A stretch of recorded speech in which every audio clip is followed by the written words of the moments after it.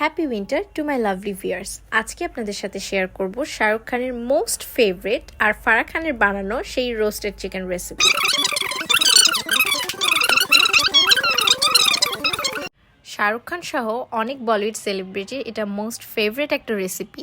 আর রেসিপিটার ইনগ্রিডিয়েন্টসগুলো অনেক ইন্টারেস্টিং হয়। আমরা ভাবলাম যে এই রেসিপিটা ট্রাই করাই যায়।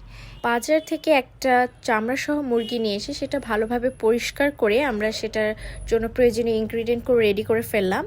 এরপরে আমরা সর্বপ্রথম অ্যাড করব লবণ, কারণ হচ্ছে যেহেতু একটা ফুল রোস্ট চিকেন হচ্ছে সেহেতু মুরগির মধ্যে লবণ ঢোকাটা অনেক ইম্পর্টেন্ট, তাছাড়া মুরগিটা খেতে ভালো লাগবে না। তারপর আমরা অ্যাড করব এখানে আদা বাটা, রসুন বাটা। এরপর আমরা গরম তাওয়ায় কিছু শুকনো মরিচ ভেজে নিয়ে সেটা গুঁড়া করে রেখেছিলাম, মানে চিলি ফ্লেক্স আর কি, সেটা অ্যাড করে দিব। এরপর অ্যাড করব গোলমরিচ গুঁড়া।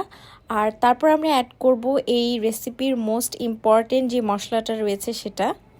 এই মশলার মধ্যে আমরা অ্যাড করেছি পেঁয়াজ, শুকনো মরিচ, কাঁচা মরিচ এবং সর্ষে দানা। মশলাটা দিয়ে মুরগিটাকে ভালোভাবে মাখিয়ে ম্যারিনেট করতে হবে এবং সবার শেষে দিয়ে দিতে হবে তেল। তারপর মুরগিটাকে প্রায় 1 ঘন্টার জন্য ম্যারিনেট করে রেখে দিতে হবে।